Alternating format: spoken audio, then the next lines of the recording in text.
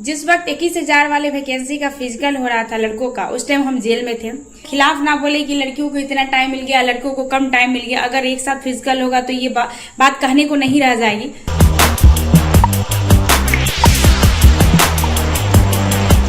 देखिए, एक नई लड़ाई शुरू होने वाली है कल गर्दनीबाग में, आपको देखने को मिलेगा। हम जरूर दिखाएंगे, क्योंकि जब भी अभ्यर्थियों की बात होती है तो अनुकूल तिवारी वॉइस हब सबसे आगे रहता है हमेशा की तरह। तो नमस्कार, मैं हूं अनुकूल तिवारी और आप वॉइस हब देख रहे हैं। स्टूडेंट लीडर खुशबू पाठक ने ऐलान कर दिया है, कल बहुत बड़ा बैठक है अभ्यर्थियों का, लड़कियों का बहुत बड़ा बैठक है। हजारों लड़की पहुंचने वाली है। हम बात कर रहे हैं गर्दनीबाग का, जहां पे बहुत हाई लेवल का मीटिंग होगा अभ्यर्थियों का। वो लोग का सोचना है कि अगर नहीं सुनती है CSBC तो बहुत बड़ा बवाल कर देंगे। हम लड़कों की बात भी कर रहे हैं और लड़कियों की बात भी कर रहे हैं, क्योंकि लड़कियों का जो हाइट वाला इशू है वो तेजी से बढ़ रहा है। अमित तिवारी सर ने क्या कुछ बोला था वो आपने सुना था। रोशन आनंद सर के पास भी हम जाएंगे, गुरुदेवान सर से भी बात करेंगे, क्योंकि ये जो हाइट वाला मामला है ना, बहुत बड़ा इशू बन रहा है। लोगों का डिमांड है कि हमारे यहाँ यानी बिहार में भी वो चीज होना चाहिए जो बाकी राज्यों में। खुशबू पाठक क्या कुछ बोल रही है बिहार कांस्टेबल के लिए, वो आप सीरियस हो गए। नमस्कार, मैं स्टूडेंट लीडर खुशबू पाठक। जैसा कि आप लोग देख रहे हैं कि इस टाइम लड़कियों की हाइट को लेकर बार बार मैं उठा रही हूँ आवाज। कारण क्या है कि सबसे अधिक लड़कियों का जो मैसेज आया है हाइट को लेकर आया है, लड़कों का भी मैसेज आ रहा है। जिस वक्त 21,000 वाले वैकेंसी का फिजिकल हो रहा था लड़कों का, उस टाइम हम जेल में थे। जेल से निकलने के बाद पता चला कि बहुत सारे लड़के जो है वो डिस्क्वालीफाई हो चुके हैं रनिंग में। कारण ये रहा कि बहुत कम समय मिला। लड़कों का फिजिकल दिसंबर से स्टार्ट हुआ और लड़कियों का फिजिकल का टाइम मार्च तक रहा, तो कहीं ना कहीं 3 महीने का अंतराल लड़के और लड़कियों के बीच में देखा गया।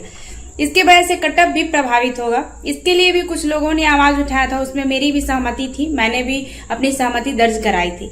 लेकिन उस टाइम हेल्थ इशू भी चल रहा था तो मैं प्रखर रूप से बोल नहीं पा रही थी।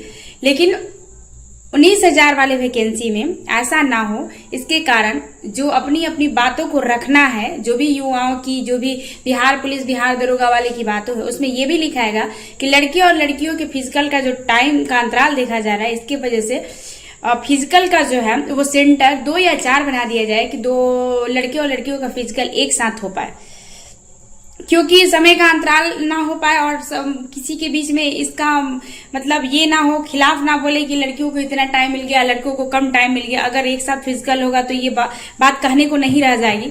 तो इसके लिए भी मैं आवाज उठाऊंगी। दूसरा बात, आंसर की का हो गया, कटअप का हो गया। बिहार पुलिस में कटअप जारी नहीं होता है, आंसर की जारी नहीं होता है, ओमेआर सीट का भी बात है।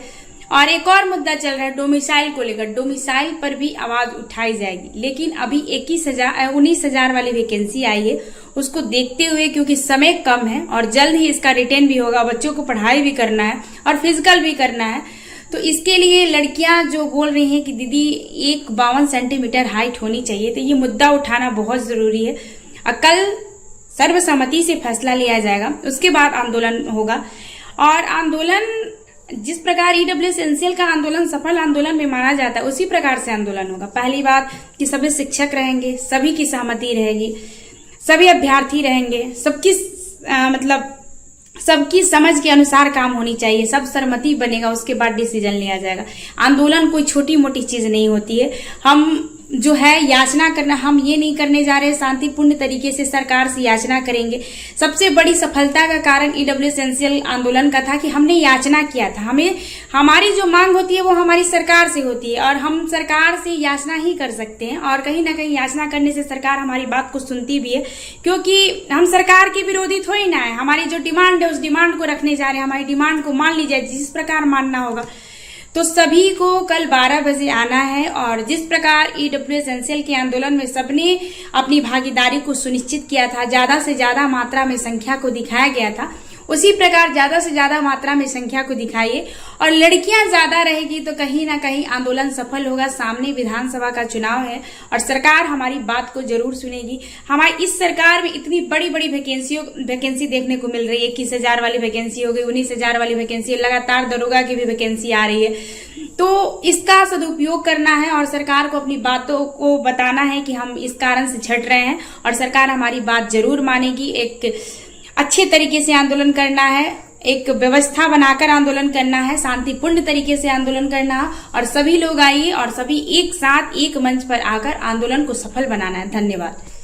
बिहार कांस्टेबल 19838 बहाली जो है वो आई हुई है और अभी जस्ट आई हुई है। अभी आपको मालूम होगा कि फिजिकल खत्म ही हुआ है और उसके बाद तुरंत नया बहाली, और नया बहाली में शुरुआती में ये बवाल जो है वो देखने को मिल रहा है। अमित तिवारी साहब ने तो बोला है कि अगर जरूरत पड़ा तो आंदोलन भी होगा, और अभी में आंदोलन तो समझिए कि सेकंड पार्ट है, लेकिन उससे पहले ही खुशबू पाठक ने एक मीटिंग बुलाया है अभ्यर्थियों का, जिसमें लड़कियां ज्यादा मार्जिन में रहेंगी और देखना होगा कि कल क्या डिसीजन लेते हैं लोग। फिलहाल बस इतना ही। आप कमेंट बॉक्स में बताइएगा जरूर कि जो बिहार कांस्टेबल का बहाली आया है 19838 का, उसमें आप लोगों को क्या दिक्कत हो रहा है। जो लड़के हैं वो भी बताएं, जो लड़कियां हैं वो भी बताएं, क्योंकि बस लड़कियों के बारे में बात नहीं करेंगे, हम सारे अभ्यर्थियों को लेकर चलते हैं। तो बताइएगा जरूर कि किस पे ज्यादा फोकस कर रहे हैं, क्योंकि अभी टाइम है और टाइम से पहले अगर आप लोग बता देंगे तो हम लोग भी आवाज आप लोग का बन पाएंगे। बस बहुत बहुत धन्यवाद। चैनल को सब्सक्राइब कर लीजिए, फेसबुक पेज को लाइक कर लीजिए।